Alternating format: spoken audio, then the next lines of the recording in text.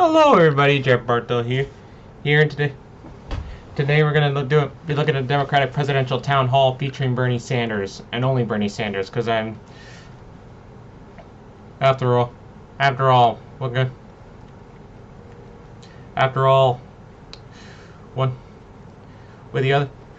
the others practically failing me, I just, how do you say, thought,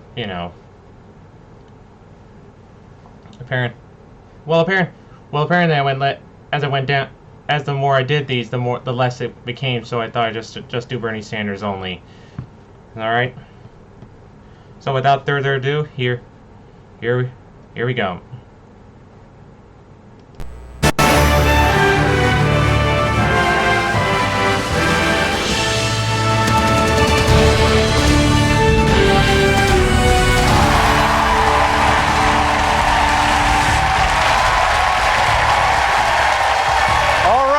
From Charleston, South Carolina, this is a CNN Town Hall event.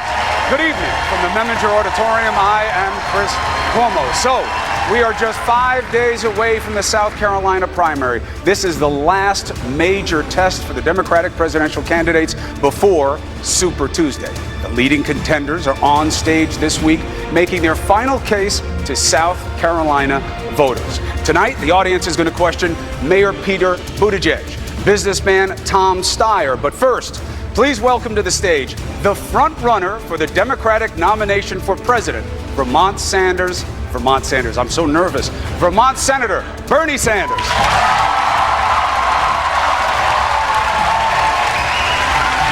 Hey, Chris. Good to see you. Good to see you.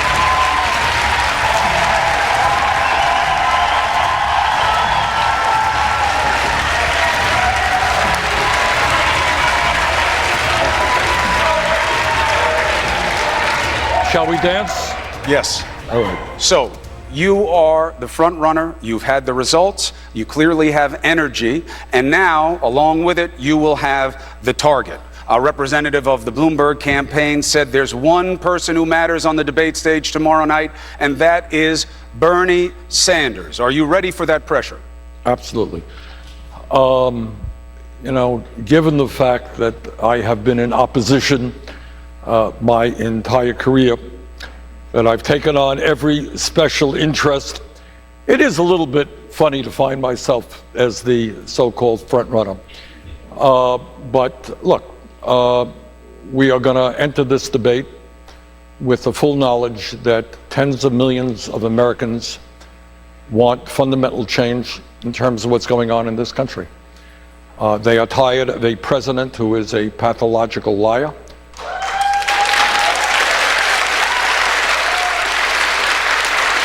who is running a corrupt administration, who is a racist and a sexist and a homophobe and a xenophobe. And look, Chris, I think that the Democratic nominee, and I certainly hope it's me, not only has a good chance to defeat Trump, I think we have a chance to defeat him very badly, because I think,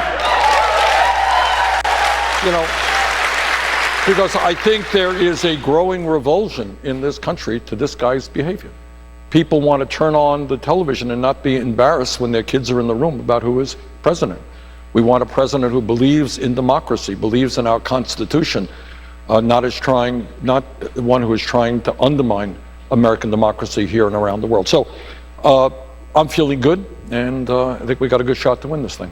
All right, so now's your chance to make the case to the voters of this state. Let's bring in A.J. Harley. He's from Goose Creek. He was friends with Tawanza Sanders. She's the youngest victim in the 2015 church shooting in Charleston, South Carolina. She was 26 years old, a recent graduate with a business, AJ's recent graduate with a business administration degree. AJ helped create something called the Tawanza Sanders Scholarship. It helps local minorities with higher education. He's currently undecided about who he's going to support in the primary, but he has a question for you tonight. AJ, thank you. Thanks for having me. So my question for you this morning is, this evening. Let me start again. About 5 years ago, we lost 9 people in the Charleston Emanuel 9 massacre. They were attending Bible study in our beautiful city. The youngest, Tawanza Sanders, was a phenomenal friend and an inspiration for me today. Since then, nationwide, there has been massacre after massacre. I want to know what your plan about gun laws, background checks, and how these issues are being addressed or resolved. How can we minimize the chances of something like this happening again? Good. Thank you, AJ. Thank you for the work you're doing. AJ is raising an issue that I hear from coast to coast. No matter what your politics may be, people are horrified and disgusted every time we turn on the TV and we hear another mass shooting. I was in El Paso just the other day, and you had 22 people massacred there, where the very sick person was actually targeting Latinos. You talk about Charleston and the murder of African Americans. Last year, it was in a synagogue in Pittsburgh where Jewish people were targeted. So to answer your question, first point, my administration will do what the American people want, not what the NRA wants. All right? What is very clear to me is there is a growing consensus in this country. I'm not going to tell you everybody agrees on every nuance, but there is a growing consensus between gun owners, non-gun owners, rural states like mine, and urban states about several things. Number one, we need universal background checks. People who have a violent past, including domestic violence, should not be owning guns. Number two, we have got to end the so-called gun show loophole, which allows people to legally purchase guns while avoiding a background check. Number three, we've got to end the so-called straw man provision, which allows you to legally walk in, buy as many guns as you want, and then sell them to gangs and criminal elements. Number four, what we have got to do, and something that I have supported for like 30 years, is ban the sale and distribution of assault weapons in this country.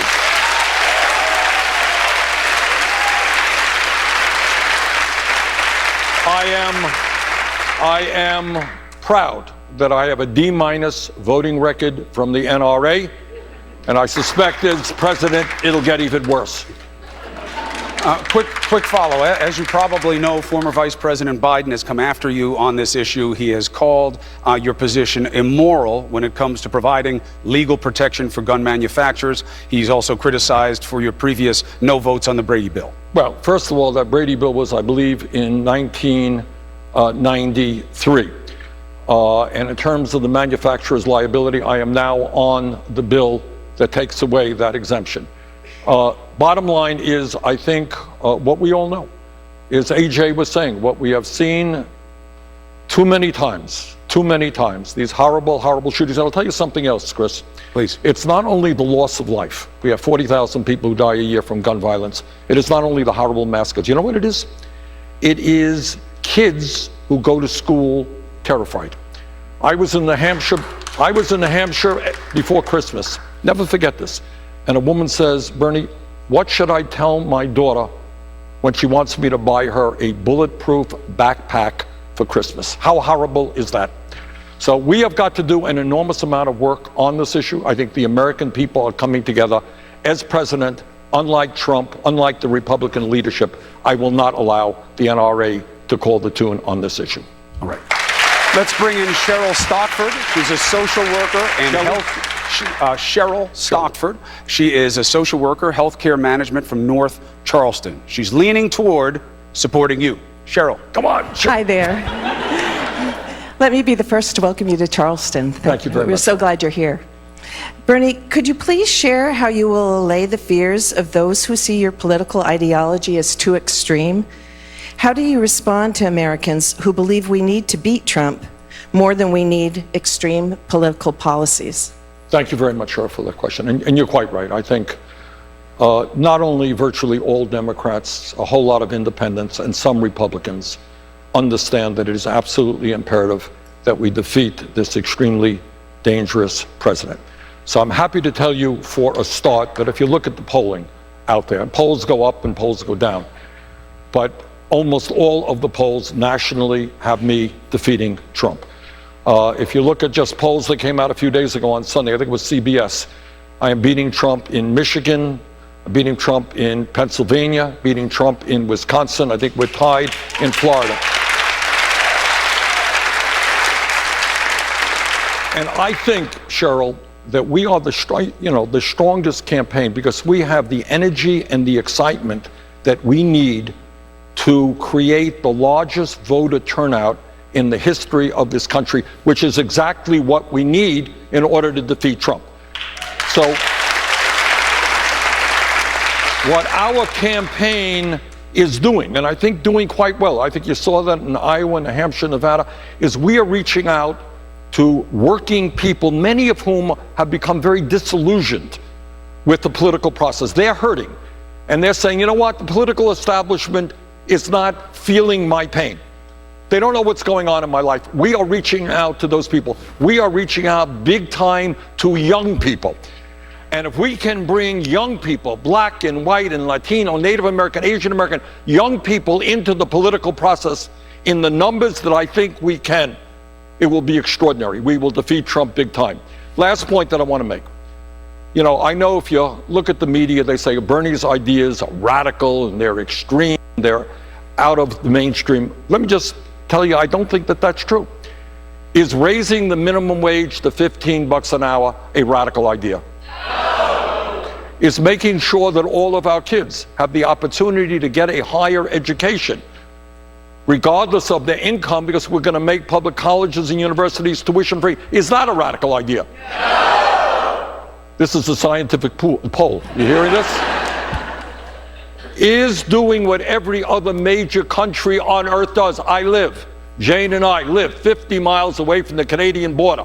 Somehow they managed to guarantee health care for every man, woman, and child in that country at half the cost that we spend per capita. Is guaranteeing health care to all people as a human right a radical idea? No. Is addressing the existential threat of climate change a radical idea? No.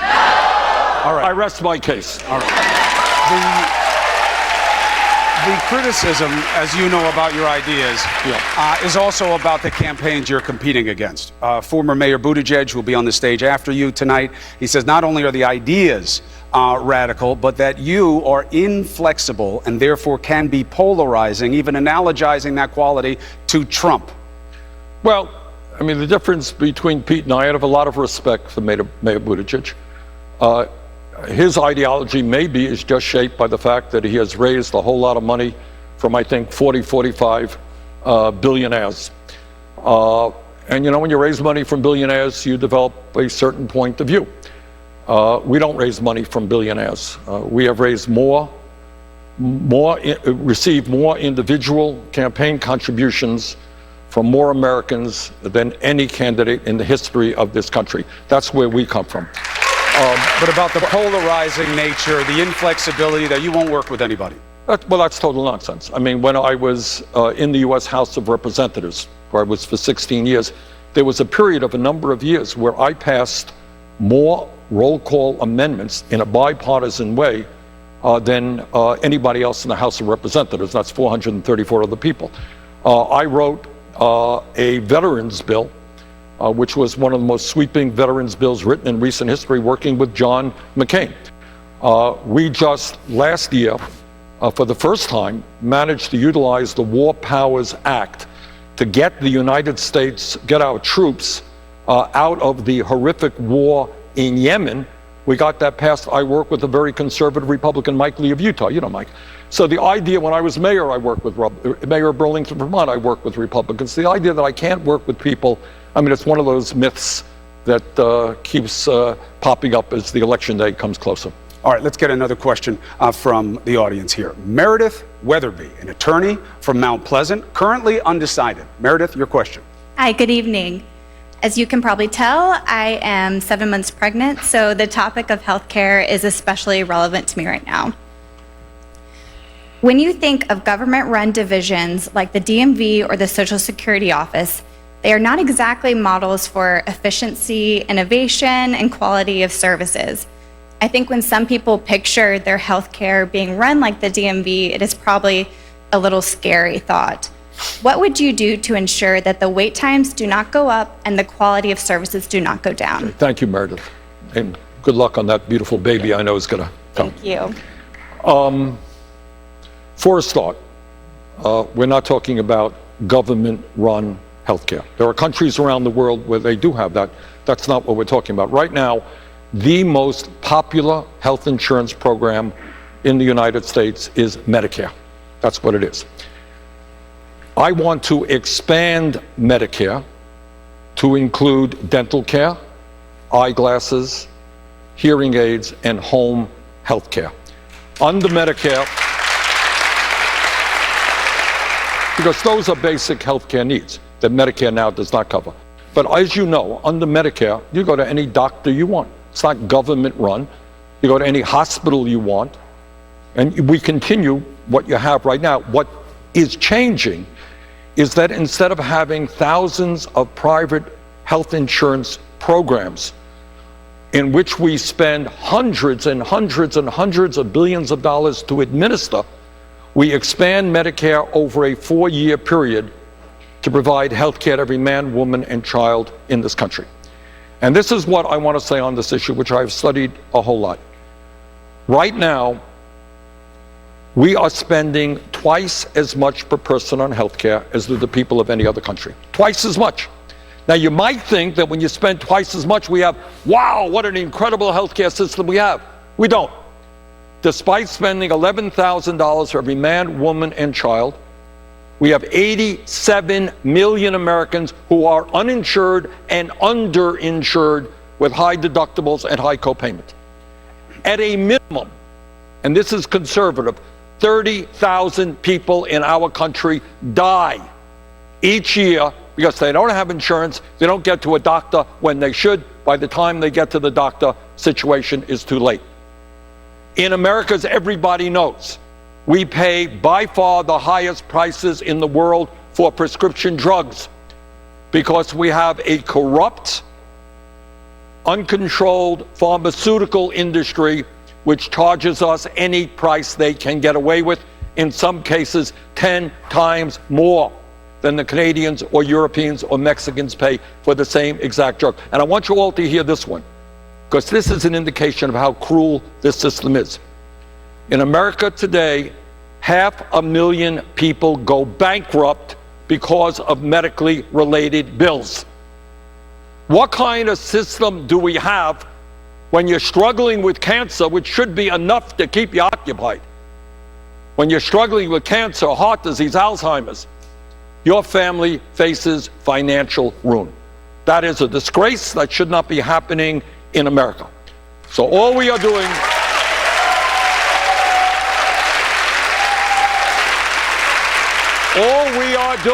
all we are doing here is it's not a radical proposal.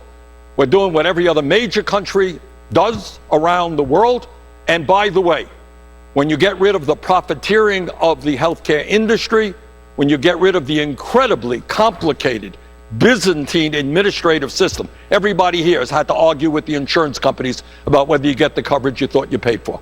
We're going to save substantial sums of money. Recent study from Yale says $450 billion a year. We guarantee health care to all people. We save the average person substantial sums of money on the cost of health care. Next question comes from Emmanuel Ferguson. He's an attorney, former federal prosecutor. Emmanuel is the second vice chair of the Charleston County Democrats, is likely supporting former VP Joe Biden. Emmanuel.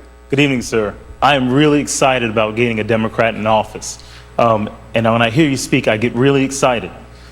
But I remember that Trump excited his base with a promise to build a wall with no real plan to pay for it. Your plan for free college tuition and Medicare for all seems like a way to excite the Democratic base, but with no real plan to pay for it. Now, how is your position in your campaign different than what Donald Trump did? Oh, I think, given the fact that I've spent my entire adult life fighting against everything that Trump stands for, trust me, we're a little bit different.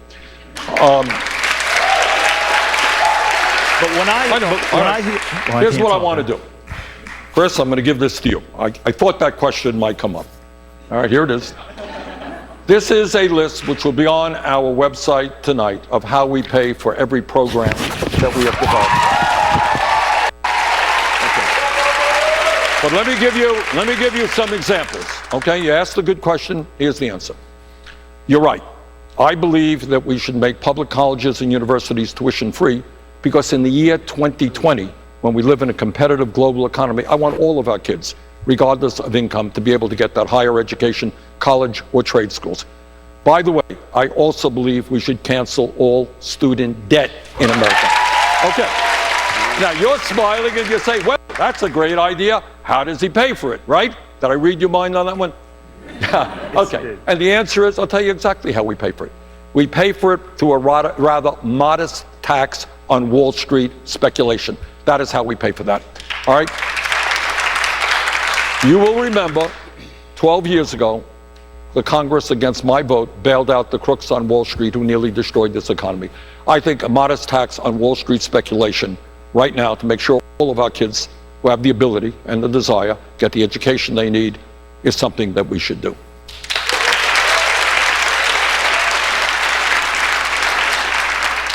You're slick giving me this piece of paper. I know. I couldn't pay attention. The criticism is there is a lot of detail in here. You can look for it for yourselves on the website.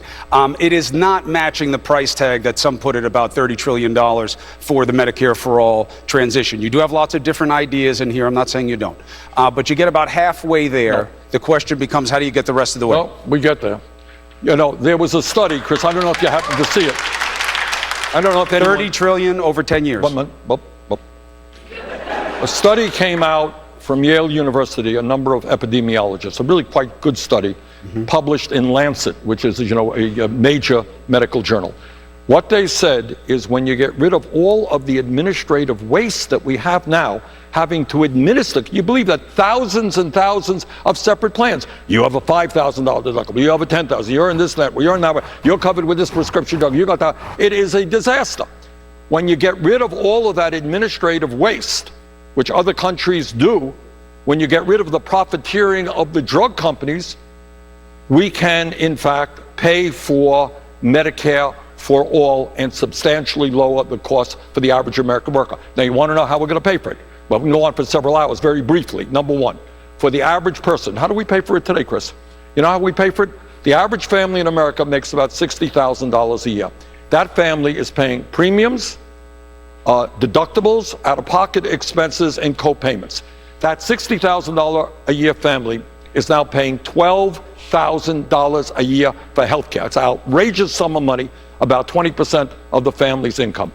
What we do, among other proposals in there, is to say, all right, you are that average $60,000 a year family, you're going to pay a 4% tax, exempting the first $29,000, leaving $31,000 of taxable dollars, which is about $1,200 a year. A heck of a lot better than what you're paying today. We also have a payroll tax.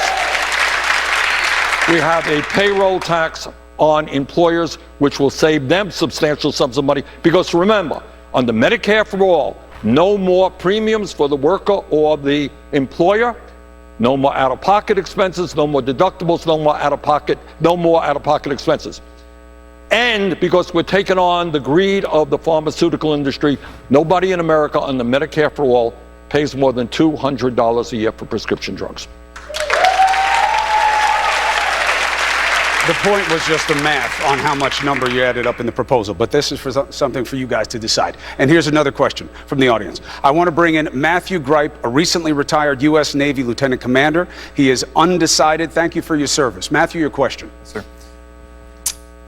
Senator Sanders, how will you approach the Democratic Convention if you do not have the necessary delegates to win on the first ballot, but you do have an overwhelming plurality among the candidates? Thanks for the question, Matthew. That's an issue that has been discussed. Who knows what's going to happen? You know, we can't predict the future. But if I or anybody else goes into the Democratic Convention with a substantial plurality, I believe that individual, me or anybody else, should be the candidate of the Democratic Party. And I'll tell you why, Matthew. I will tell you why. It will be incredibly divisive for the Democratic Party if a candidate who has won the support of people all over the country, this is a hard-fought process here, you know, we're competing in every state in this country. All of the candidates are working really hard. And if one candidate comes out on top to say to the country, you voted for that candidate, oh, but by the way, we don't think that candidate should be the nominee, I think that will be a serious, serious problem for the Democratic Party, and I think it will wreak havoc on that person's campaign. All right, let's take a break. We come back. We have a lot more questions for Senator Sanders right after this.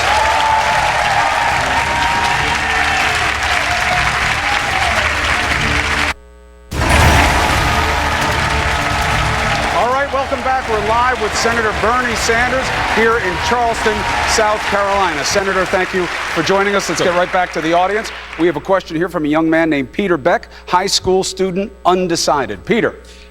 Good evening, Senator Sanders. In the past month, news has come out that both elements of the Republican Party and Russian interests are supporting your bid for the Democratic nomination. How do you respond to those that say that a successful nomination from you would be a victory for Republicans and Russia while a defeat for the Democratic Party? Well, don't quite see it that way. I think if there is a candidate who loves Mr. Putin, who sees him as his best friend, that is the President of the United States, not me. I happen to believe that Putin is a dangerous autocrat.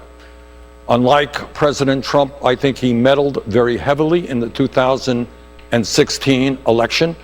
And if by any chance Mr. Putin is watching this show, Mr. Putin, you ain't gonna meddle in American elections when I'm President of the United States. And second of all, there are differences of opinion within the intelligence community of the role that Russia is playing. But there's no question that in 2016, they meddled in our election. And you know what they do?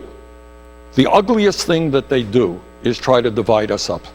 And they're very smart at it. They are really smart at it. They know those points that can bring people apart. And obviously in this country, my job, if elected president, is to bring us together, not continue this divisiveness. A quick follow on that in terms of decency. You suggested that some of the harassment from the so-called Bernie bros on Twitter might be Russian interference. Yes. Is that what the U.S. intel folks told you? No, that's what was classified. I don't want to get into it, but it wasn't that. But here's what it was, Chris. Look, we have millions of followers, and I'm not going to tell you that we don't have some jerks out there. But I do want to say to those folks, we do not want your support. If you think that what our campaign is about is making ugly attacks on other candidates, we don't want you. You're not part of us. And I want to say also, because I see one of our main surrogates, Nina Turner, here, and you can talk to her later on, Senator Turner, about the ugly and racist attacks that have come into our campaign. My wife is here. All right? So if anyone thinks it's just our campaign, you're deadly mistaken. Now, in terms of why I believe it is possible the Russians are playing a role, we had a disagreement with the Culinary Workers Union in Nevada. They're a great union. We disagreed on healthcare issues. There were some really ugly attacks against the leadership. I have perhaps the strongest lifetime pro-union voting record of any member of the Congress. Does anyone really think who's a supporter of mine that they would make ugly attacks against really excellent trade union leaders? It just seemed to me kind of fishy. That was my suspicion. So it's fishy, so you were assuming it might be Russia? Might be. I didn't say it was definitive. And if it isn't, it's just people who are saying things you don't like, you tell them you don't want their support. You got it. Got it. Look, there's too much ugliness, too much division. 99.9% of our supporters are fantastic people. Go to the rallies that we have. These are people who are standing up for justice. They're standing up for racial justice, economic justice, environmental justice. They are great people. I'll tell you, I get inspired. You know, we just came from a rally the other day in Austin. We had 13,000 people out, just beautiful people. But if we have people who are ugly and attack in a vicious way, we don't want your support. That's it. All right, let's get another question. Sean McCambridge, web designer and developer from North Charleston. He supported you in the past, this time undecided. Sean. Hey, Bernie. So it seems like Democrats get kind of outfoxed by the Republicans year after year in terms of marketing and message and campaign. Do you regret wrapping your ideas around the banner of socialism? And would your campaign be more palatable to the average American if you changed nothing except for dropping the word socialism? Well, it's democratic socialism. And the policies that we are advocating are policies that exist all over the world, okay? And what that means is I happen to believe, as a democratic socialist, that healthcare is a human right, that all of our people deserve coverage. I happen to believe that in the richest country in the history of the world, education is a human right. It is a disgrace. We have today a child care system that is absolutely dysfunctional. It is absolutely unaffordable for so many working families, all right? So, yeah, I believe in universal, high-quality child care. I believe in tripling funding for low-income Title I schools so that we have the best public education in the world, okay? I believe in those things.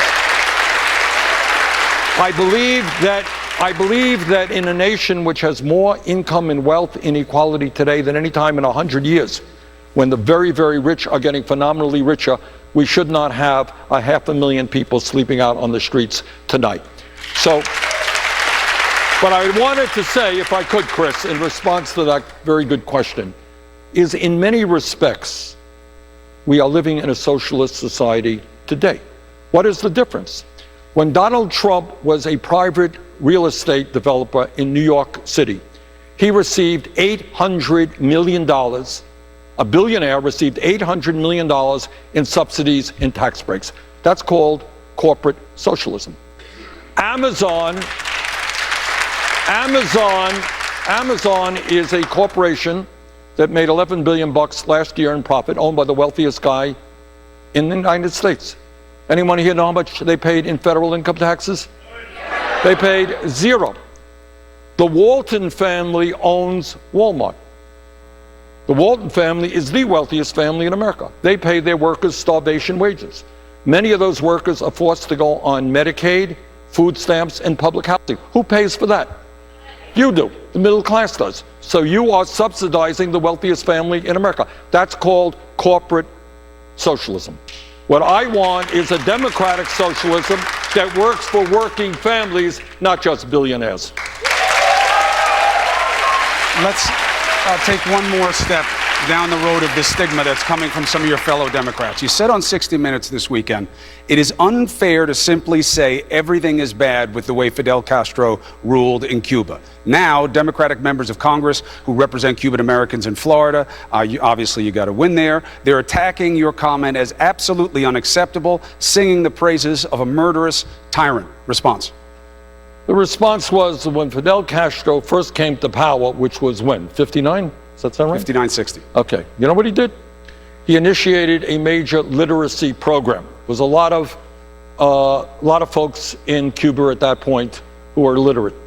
And he formed the literacy brigade. You may read that. He went out and they helped people learn to read and write. You know what? I think teaching people to read and write is a good thing.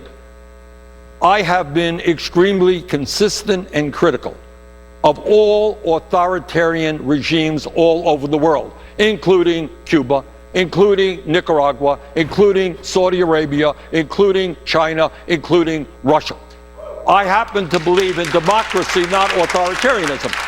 But, you know, you can't say China is another example, all right? China is an authoritarian country, becoming more and more authoritarian. But can anyone deny, I mean, the facts are clear, that they have taken more people out of extreme poverty than any country in history. Do I get criticized because I say that? That's the truth.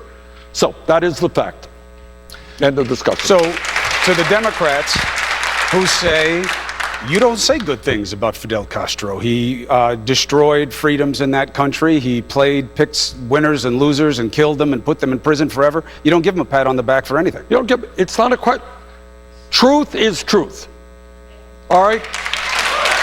Now, if you want to disagree with me, if somebody wants to say that, and by the way, all of those Congress people that you mentioned just so happen to be supporting other candidates, just accidentally, no doubt, coincidentally.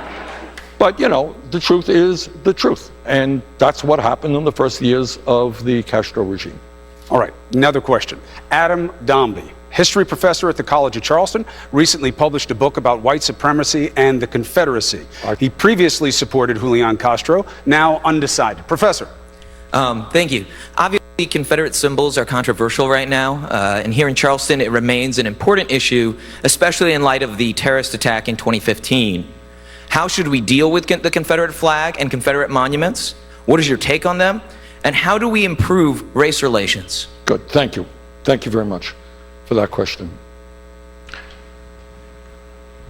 You know, a lot about Donald Trump sickens me, but maybe at the top of the list is his very intentional effort to try to divide us up based on the color of our skin, or where we were born, or our religion, or our sexual orientation, even our gender. As you know, before Trump became president, he was a leader of the so-called birther movement. Remember that? This was a disgusting effort to try to delegitimize the first African-American president in the history of our country, Barack Obama. That was the effort. It wasn't to criticize Obama. It wasn't to attack Obama. It was to say Obama wasn't even born in America. Shouldn't be the president of the United States. So let me say this. I see, especially coming after Trump, the most important thing that we can do as a nation is everything possible to end all forms of discrimination in this country. Right now, we are dealing, as everybody knows, we're dealing with systemic racism. We have a wealth gap in this country. I don't know if everybody knows that, where white families are now worth 10 times more than black families, where black women are 3 times more likely to die than white women in childbirth, where the infant mortality rate in the black community is much higher, where there's discrimination in housing, where there's discrimination in education, all right?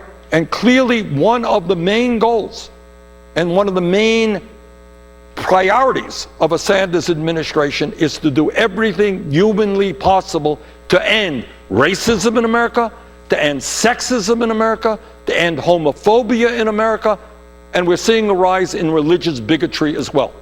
We are one people. Dr. Martin Luther King reminded us in a very profound way that we judge human beings not by the color of their skin or other superficialities. We look at people. We judge people based on their character. And that is the goal of my administration. Quick follow to something that was relevant in the aftermath of the shooting here.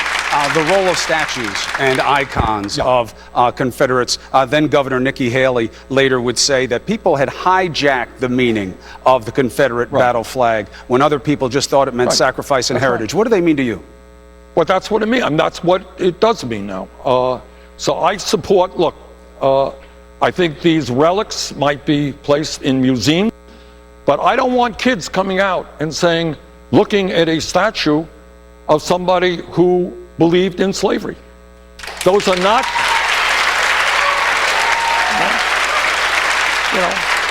you know, I understand history, and you can't wipe out history, and I don't want to wipe out history. You know, and those places should be placed in historical locations.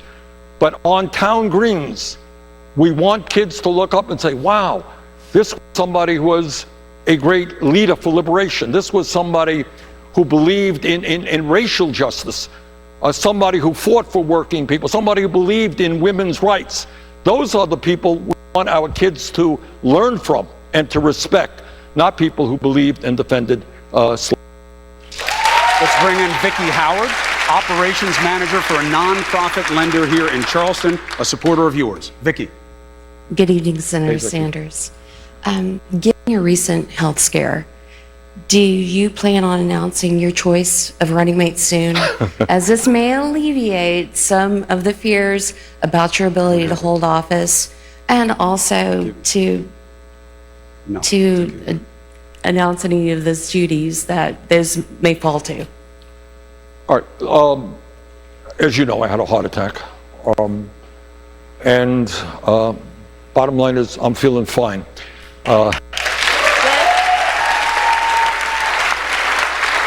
Follow me around the campaign trail. I think we did 3 rallies yesterday, and so I'm feeling very, very good. But your question is about a vice presidential part of the ticket. And yes, the answer is we will do that, but it's a little bit presumptuous right now. I will tell you one thing, though, is that person will not be an old white guy. That I can say definitively. Right?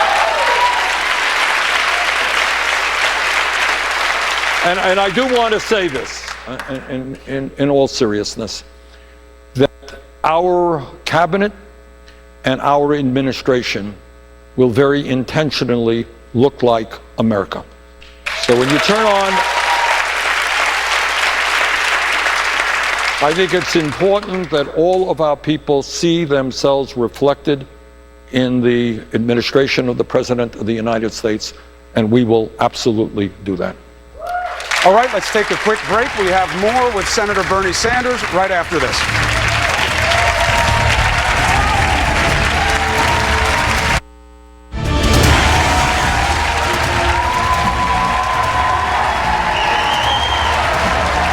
Welcome back to a CNN presidential town hall with Senator Bernie Sanders. We're live in Charleston, South Carolina.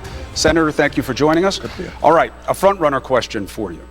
Joe Biden's campaign released an ad criticizing you for reportedly considering a primary challenge against President Barack Obama in 2012. Their quote, "When it comes to building on Obama's legacy, Bernie Sanders cannot be trusted." Did you consider that? No. And I like Joe. Joe is a friend of mine. I've known him for many years. But you know what happens in campaigns?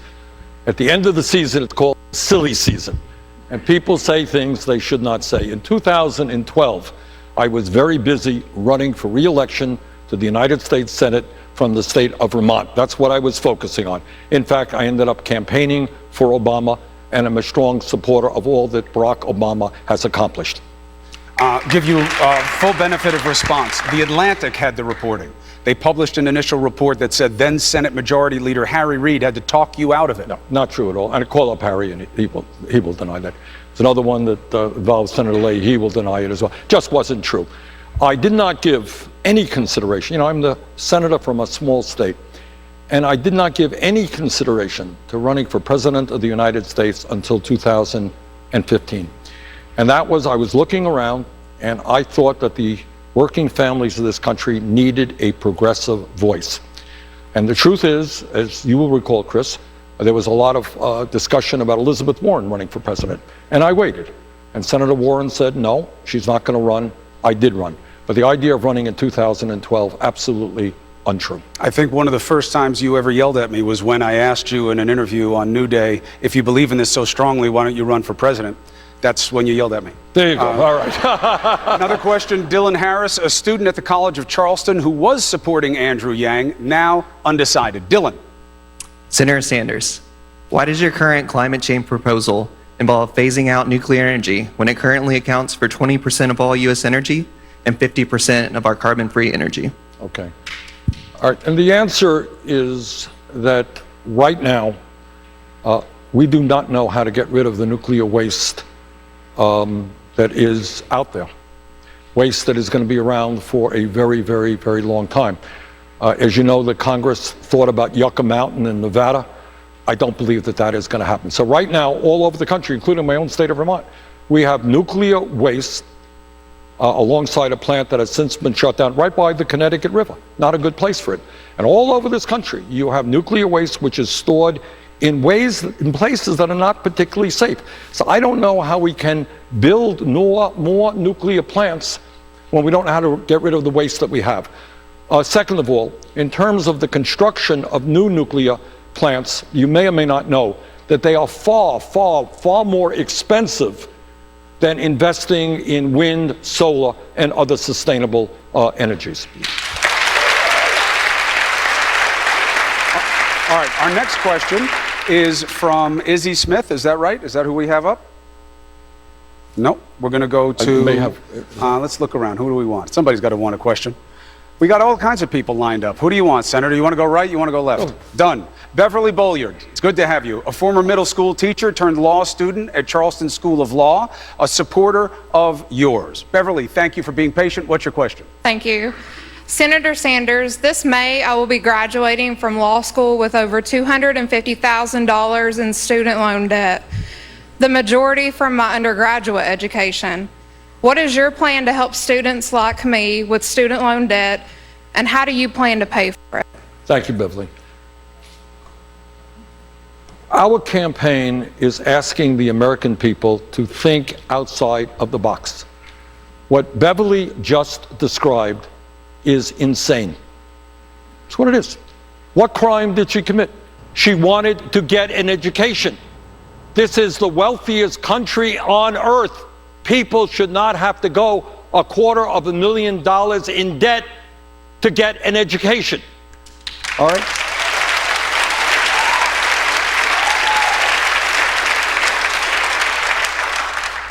And that is why I have proposed and will fight for a proposal that imposes a modest tax on Wall Street speculation.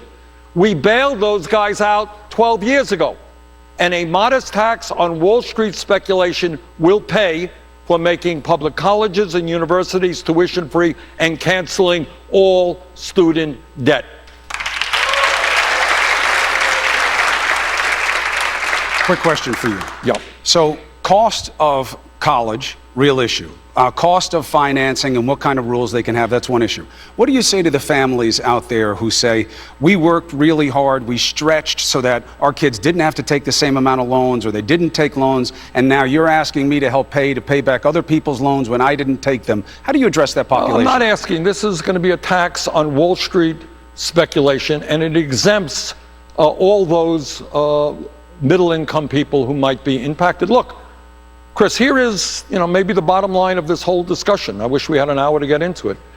Today in America, we have massive levels of income and wealth inequality, all right? You got the top 1% owning more wealth than the bottom 92%. We don't talk about this on TV too much. It's true.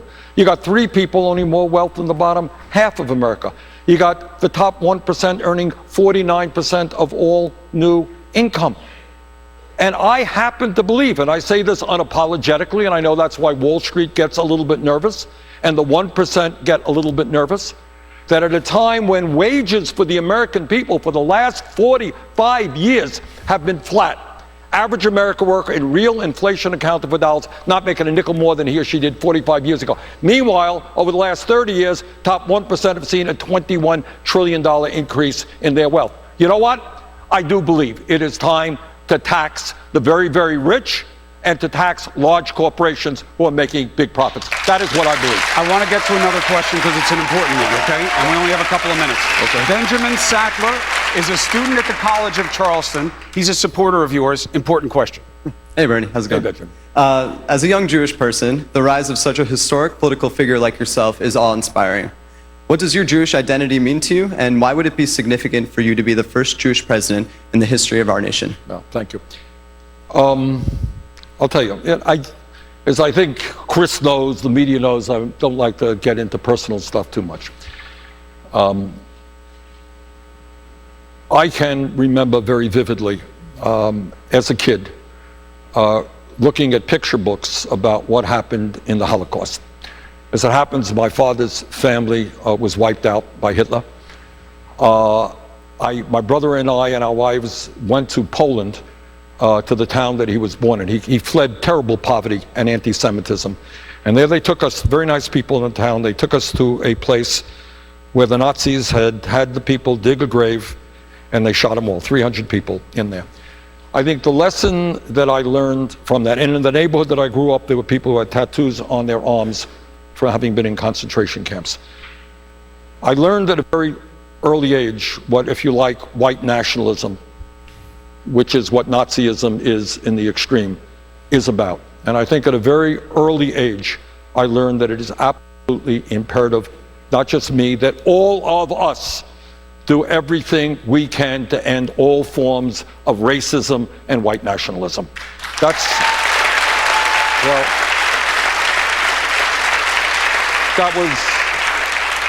that is, I think, what my experience says, how it has impacted me.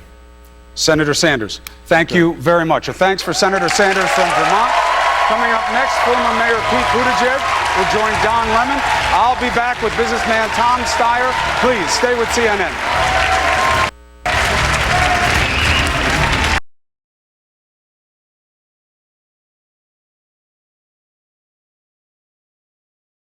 Wasn't that great? What did you think? I'll give you a few minutes to leave your thoughts down.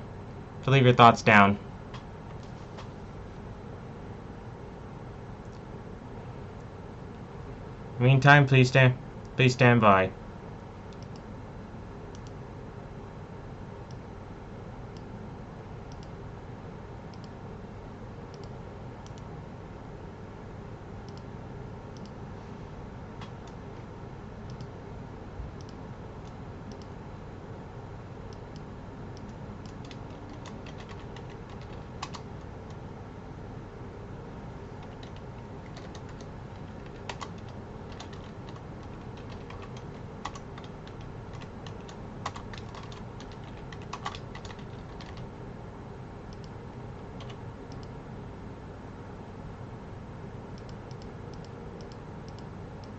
That's tomorrow.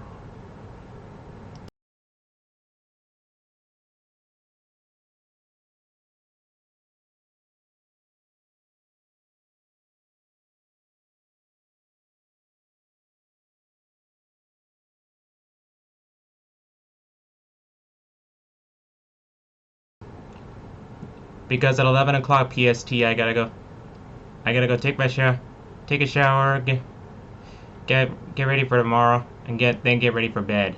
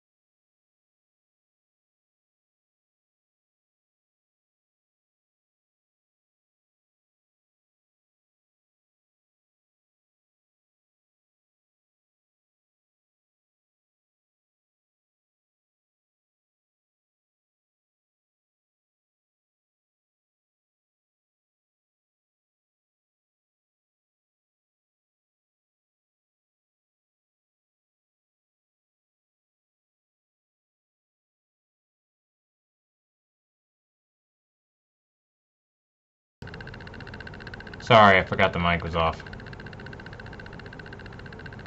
Anyway, what I was saying was, I don't think I'm gonna bother reading reading your guys' comments out loud. I'm just gonna, I'm